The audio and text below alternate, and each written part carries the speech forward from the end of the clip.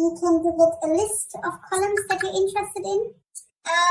If you are talking about the columns about the text up here, yes, in this what's displayed, each row has 9 columns because the first row is our index. However, that is only what's displayed. If you're actually trying to access by numbers, you start counting here with 0, 1, 2, 3, 4, 5, 6, and 7. So the first, it says specifically here, the first column is the index. But when you actually look at surveys DF, its dimensions would be 8 columns shape. So the Pandas way to find out the size of your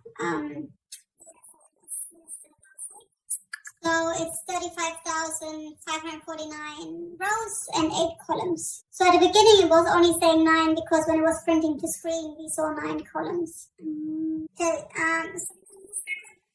square brackets to access a list of columns. So for example, surveys underscore DF, and upper brackets, and then I want to see record ID and species.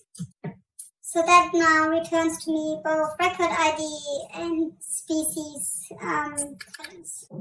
So you can also create a new object from some of those subsets that we can extract like that. So for example, we could create a new surveys underscore species variable slash object that only contains the species column of our original data frame. So if we have a look at surveys species. So again, reminding you of the tab completion. So I started typing something here and then I pressed tab and it shows me all the options I have. So in the directory there is this file called surveys.csv, and then in my Python memory I got a variable called surveys underscore df and surveys species. So tab completion again makes it easy to save you some typing and to save you from misspelling things, because that is something I do a lot.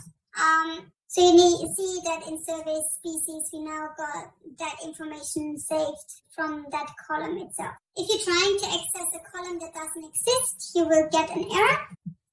So here you can see, as I was saying before, sometimes these errors can be overwhelming because it's super long to scroll through. But you can see right here, right at the bottom, it tells you have a key error. So your key is the column name that you're trying to access, and you're trying to access species with a double S. So basically, it's telling you the key you're trying to access does not exist. But you had a whole lot of other information in the screen that can be very overwhelming the first time you see an error message in Python.